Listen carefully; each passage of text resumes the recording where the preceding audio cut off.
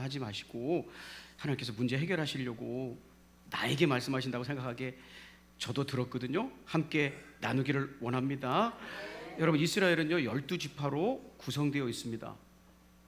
12개의 지파로. 이 12개의 지파 중에서 베냐민 후손들이 사는 기부아라고 하는 시에서 한 여인이 성폭행을 당하고 죽은 사건이 발생합니다. 이 소식을 들은 11개의 지파가 베냐민 지파 지역에서 끔찍한 범죄가 일어났으니 범인을 찾아내어 처벌하라고 요구합니다. 그런데 베냐민 사람들은 범인을 숨기고 11지파의 요구를 거절합니다. 우리 지파 지역에서 일어난 사건이니까 우리가 알아서 하려니까 손대지 마라, 상관하지 마라. 그래서 11개의 지파가 동맹을 해서 12개 지파 중에서 11개의 지파가 동맹을 해서 연합군을 구성해서 베냐민 지파를 공격하면서 민족 상잔의 전쟁이 일어나게 되었습니다. 형제끼리 전쟁이 일어났습니다. 여러분, 나중에 이제 사사기서를 읽어보시면 알겠지만 승자도 패자도 없는 전쟁이었어요. 그냥 사람만 죽는 전쟁이었어요. 우리나라도 6.25 전쟁이 그랬잖아요. 이 전쟁이 시작되었는데 첫 번째, 두 번째 전투에서는 뜻밖으로 11개의 지파가 연합한 이스라엘 연합군을 베냐민 지파가 막아냈습니다. 두 번의 전투에서 승리했다는 거예요. 그게 첫 번째 전투, 두 번째 전투. 그리고 오늘 본문의 말씀이 세 번째 전투였어요. 첫 번째 전투와 두 번째 전투에서 완승한 베냐민 지파는 오늘 세 번째 전투를 나가면서 오늘 본문에 보니까 오늘도 승리할 거라고 생각을 했대요. 그런데 그날은 이전의 전쟁이 아니었어요. 그 사람들 똑같은 전쟁이라고 생각하고 나갔는데 이전의 전쟁과는 다른 전쟁이었어요. 여러분, 이 세 번째 전투에서 패배가 뼈아팠던 이유는 이 패배 때문에 베냐민 지파 사람들은 회복할 수 없는 충격을 받고 겨우 600명만 살아서, 모든 사람이 죽고 마을들이 불태워지고 겨우 600명만 살아서 바위퉁으로 도망가는 그런 사건이 오늘 본문의 배경입니다. 베냐민 사람들은 철저하게 패배하고 실패하게 됩니다. 여러분, 여기에는요 놀라운 영적 교훈이 있습니다. 한마디로 망했다는 거예요. 네. 여러분, 우리는요 이 베냐민 사람들의 처절한 패배, 여러분, 회복할 수 있는 패배도 있지만 회복이 불가능한 패배도 있잖아요. 그 패배를 당했다는 거. 다 죽었어요. 여러분, 이런 실패를 반복하지 않기 위해서 하나님 말씀이 우리에게 전해주는 그 메시지를 함께 기억하면서 이런 실수를 반복하지 않는 지혜를 함께 얻을 수 있기를 주의 이름으로 축복합니다. 두 가지만 우리 기억하면 좋을 것 같아요. 이 사건에서 첫째는요, 세상에는요 너무 늦게 알면 안 되는 게 있다는 거예요. 너무 늦게 알면 안 되는 거. 따라해 볼까요? 너무 늦게 알면 안 되는 일이 있다. 네. 여러분, 오늘 사사기서 2장 36절 본문이 이렇게 시작하잖아요. 이것도 같이 읽어보겠습니다. 시작. 네, 제가 읽어보겠습니다. 예, 베냐민 자손이 자기가 패한 것을, 여러분 지금 막 사람들이 죽어가는데 희화해서 제가 웃을 수 없어서 이렇게 얘기했지만 참 속상하네요. 예, 베냐민 자손이 자기가 패한 것을 깨달았으니 했는데 이 깨달았다는 말이 히브리어 라라고 쓰여 있어요. 제가 가로 열고 해놨어요. 라. 이 라라는 말이 하나님을 향해서 쓰일 때는 관심을 가지시다라는 뜻이에요. 이사야서 38장 5절과 같이 쓰는 거예요. 내 눈물을 내가 보았다. 너 눈물 흘리는구나. 속상해서 눈물 흘리는구나. 내가 그거 안 보는 거 아니야. 특별히 네 눈물 보고 있다 할 때 보았노라 할 때 라라는 낱말을 썼습니다. 자, 이해하셨으면 아멘. 크게 아멘 해보십시오. 예, 삐치기를 잘하니까 좀 해주시면 감사합니다. 자, 근데 이 낱말이 사람에게 쓰일 때는 눈이 열렸다라는 뜻이에요. 새로운 시각이 열렸다 이런 뜻이에요. 그래서 영어는 see, 본문에서는 see의 과거인 saw라고 번역을 했어요. 새로운 눈이 생겨서 그동안에는 보지 못했던 것을 보게 된 것을 라라고 해요. 베냐민 지파 사람들은요, 자신들이 몸으로 칼날에 맞아 죽으면서 우리는 이 전쟁에서 패했다는 것을 그때 알았다는 거예요. 너무 늦게 알았죠.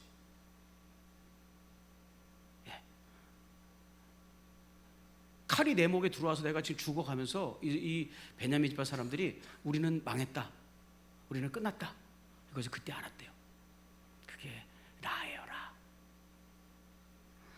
여러분, 세상에는요 너무 늦게 알면 안 되는 일이 있다니까요. 첫 번째가 기회예요, 기회. 여러분, 기회를 보는 눈이 없으면 우리는 기회를 놓칩니다. 사람들이 말하곤 하더라고요. 사람에겐 적어도 3번의 기회는 있다. 3번의 기회는 우리에게 준다.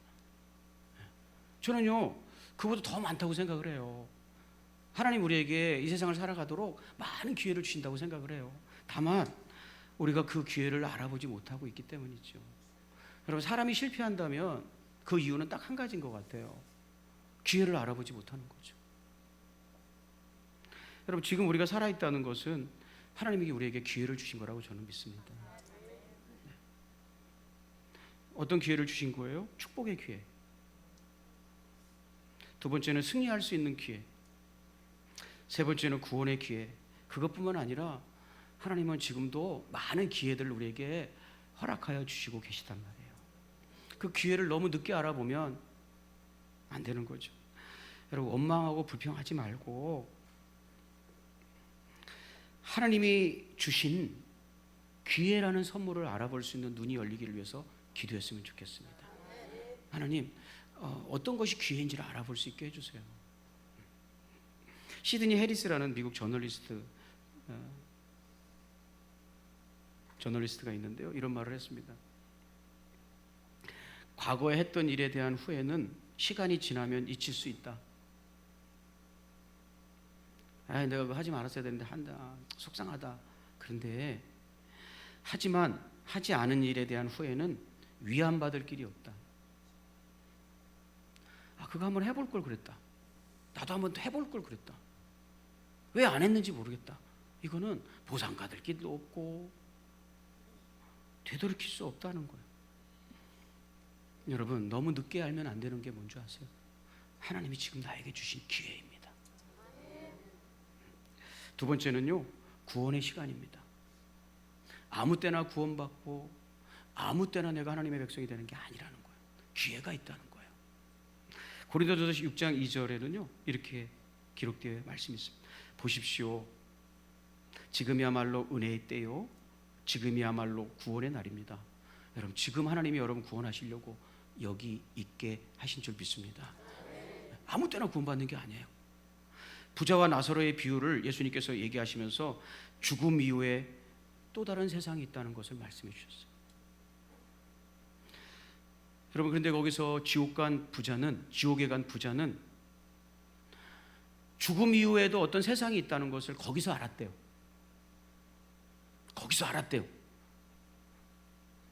그런데 거기서 비로소 세상에는 이 세상의 삶만 있는 것이 아니라 하나님 말씀하신 대로 천국과 지옥이 있구나를 거기서 알았대요. 거기서. 여러분, 그래서 저는요 하나님 말씀을 붙들고 이렇게 정리해 봤어요. 문제를 경험하면서 생기는 눈은 후회예요. 후회.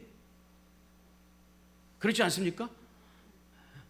망하면서 이렇게 투자하지 말걸, 이걸 내가 여기다 왜 투자했나, 그렇게 해서 아는 사람도 있어요. 너무 늦게 아는 거죠. 미리 알았어야지. 거기다 투자하면 안 된다는 걸. 그러면서 그 투자하면서 망해가면서 뭐예요? 그렇게 아는 걸 후회라고 하는 거예요. 후회. 반면에 하나님의 말씀을 경험하고, 하나님께서 기도하라고 해서 나는 다른 사람들 기도도 안 하고 세상의 인심이 막 이렇게 변해도 십자가 밑에 와서 기도했더니 하나님께서 나 이렇게 어리석게 살지 않도록 때를 따라 돕는 은혜를 가지고 이렇게 인도해 주셨다 라고 경험한다면 그것을 믿음이라고 하는 거예요. 말씀을 통해서 경험하고 아는 거죠. 여러분, 알아야 될 것을 하나님이 주신 눈을 가지고 지금 알아보실 수 있기를 주의 이름으로 축복합니다. 그리고 이 사건을 통해서 우리가 깨달을 수 있는 두 번째 교훈은요, 세상에는 있지만, 분명히 있지만 볼 수 없는 것들도 있다는 것을 우리에게 말해줍니다. 베냐민 사람들은요 11개의 지파의 연합군과 싸움을 하게 됐습니다. 그런데 이 세 번째 싸움에서 자기 지파는 완전히 멸망하고 이제 회복이 불가능한 패배를 당하고 겨우 600명만 살아서 습속으로 도망치는 그런 일을 겪게 될 것을 왜 몰랐을까요? 우리와 같은 이유입니다. 그들이 알았다면 그 세 번째 전투에 나가지 않았을 거예요. 여러분, 세 번째 전투는 두 번의 패배를 경험한 이스라엘 연합군이 함정을 팠거든요. 그래서 함정으로 베냐민 지파를 끌어들이고 있는 장면이거든요. 근데 그걸 몰랐어요. 우리가 함정에 빠지고 있다는 걸 몰랐어요. 왜 몰랐을까요? 그래서 죽음의 자리로 자기가 빠져들고 있다는 것을 못 봤습니다. 그 사람들이 알았다면 가지 않았겠죠. 함정이라는 걸 알았다면 가지 않았겠죠. 죽을 줄 알면서 그런 자리에 걸어가는 사람들이 어디 있겠습니까? 여러분, 우리가 혹시라도 누가 야, 내가 너 꿈에서 봤는데, 만약에 이게 예입니다, 예. 내가 너 꿈에서 봤는데 너 꿈에서 사고가 나가지고 그냥 크게 다쳐가지고 병원에 실려가더라. 어디서? 꿈에. 만약에 여러분 이렇게 말한다면, 야, 그 개꿈을 나한테 못 알아 얘기하냐? 하지만, 말은 그렇게 하지만 꺼림칙해요, 안 해요? 그 친구가 야, 그래도 내가 그냥 꿈이 너무 선명해서 얘기해 주는 거야. 내가 언제 너한테 꿈 얘기하디? 근데 내가 꿈에서 너무 선명해가지고 막 누가 다쳐가지고 그냥 큰 사고 나가지고 다쳐가는 거 보니까 너더라야. 그래가니까 하지마, 오늘 점심 때는 운전하지마.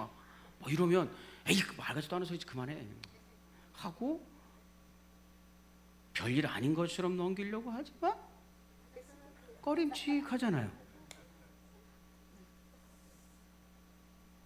운전대 잡을 때마다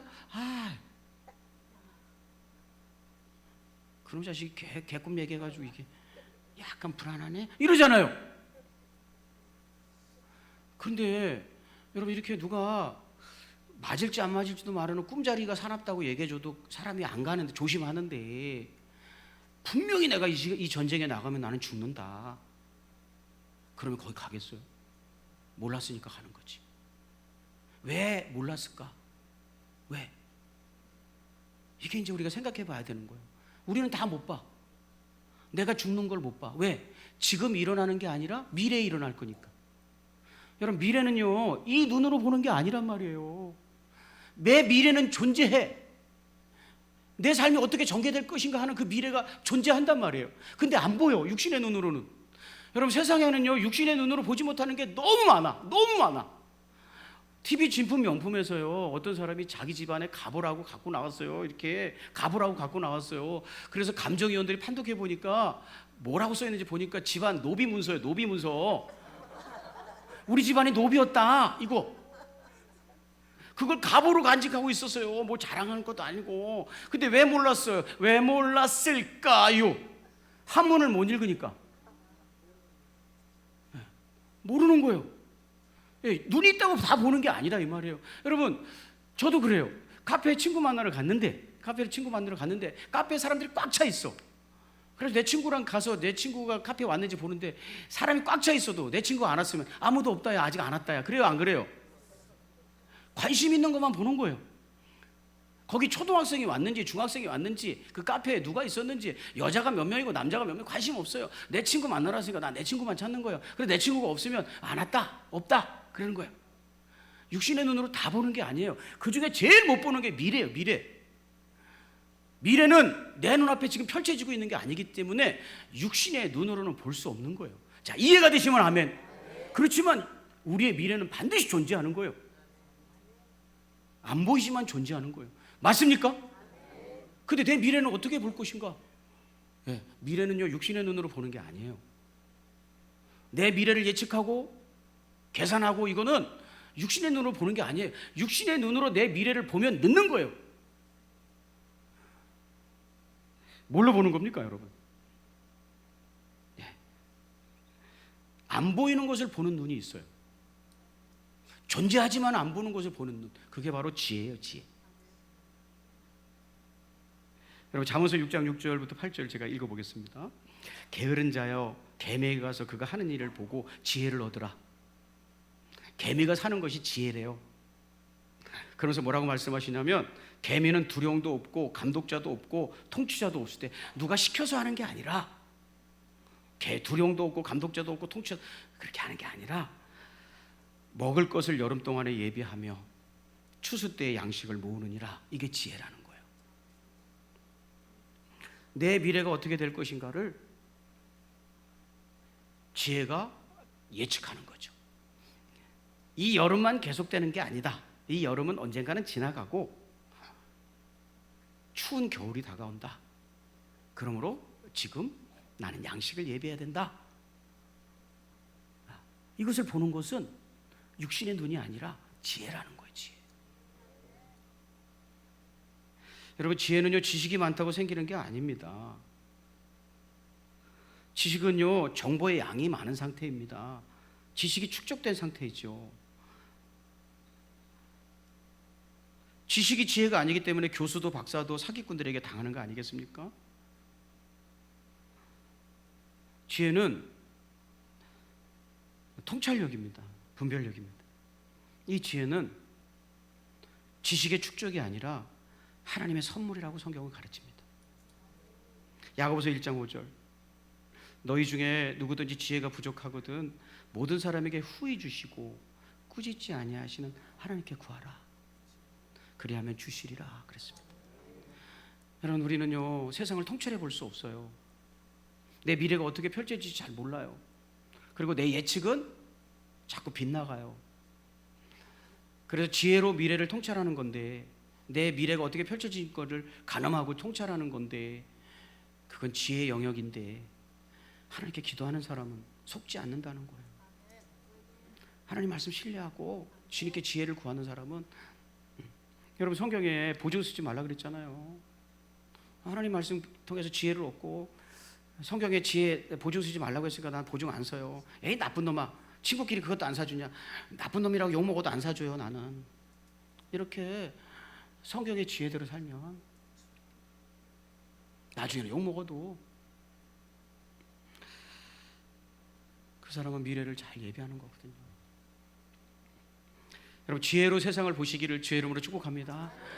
또 안 보이는 것을 보는 눈은 더 중요한 눈은 지혜도 있지만 제가 우리 성도님들과 함께 나눌 은혜는 마지막으로 믿음이에요. 믿음.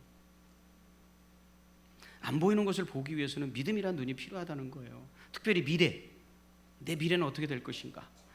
히브리서 11장 6절 믿음으로 노아는 하나님께서 아직 보이지 않는 일에 대하여 경고하셨을 때 하나님을 경외하고 방주를 마련하여 자기 가족을 구원하였습니다 라고 기록되어 있어요.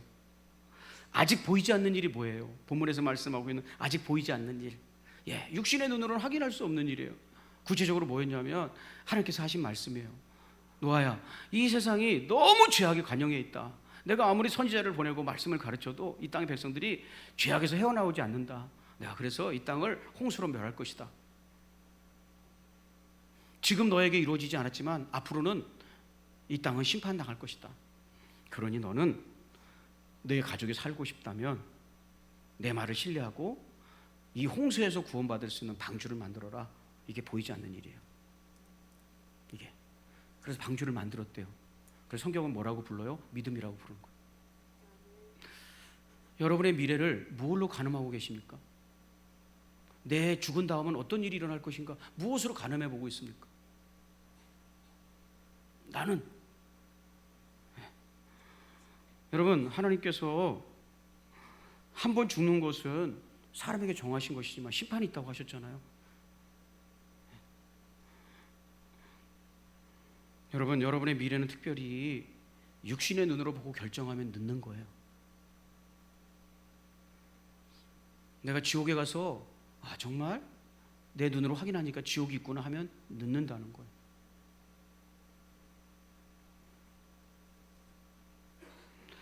여러분, 하나님의 말씀에 의지하여 하나님의 말씀을, 약속의 말씀을 신뢰하고 미래를 예측하는 것, 미래를 준비하는 것, 그것을 믿음이라고 하는 거예요. 저도 안 보이고, 제 미래는 저도 안 보이고 우리 성도님들도 안 보이실 거예요. 누구나 볼 수 없어요. 그러나 분명히 우리가 앞으로 나아가는 미래는 존재한단 말이에요. 이 미래를 하나님 말씀에 의지하여 계획하고 준비하는 지혜로운 하나님의 백성들 되시기를 주의 이름으로 축복합니다. 기도하겠습니다. 좋으신 하나님, 우리 눈에 손대어 주셔서 맨날 볼 줄 아는 것이라고는 내 앞에서 어떤 사람이 말하고 어떤 사람이 다치고 이런 사건 사고 사람만 보는 것이 아니라 하나님, 미래도 볼 줄 알고 보이지 않는 것도 볼 줄 아는 믿음의 눈을 열어주시기를 간절히 기도합니다. 하나님의 은혜가 아니면 우리는 믿음을 가질 수 없습니다. 다시 한번 우리에게 기대를 주셔서 감사하고, 오늘 우리에게 세상을 볼 때 하나님께서 뭐라고 말씀하시는 일을 가지고 세상을 바라볼 수 있도록 다시 한번 은총으로 꼭 붙잡아 주시옵소서. 모든 영광은 하나님께 돌려드리고, 우리 성도들이 하나님께서 우리를 귀하게 여기시기에 하나님 말씀 듣게 하셨다는 분명한 확신 가지고 삶의 자리로 다시 돌아가 믿음의 눈으로 승리할 수 있도록 역사하여 주시옵소서. 우리 구주 예수님의 이름으로 간절히 축복하고 기도하옵나이다. 아멘.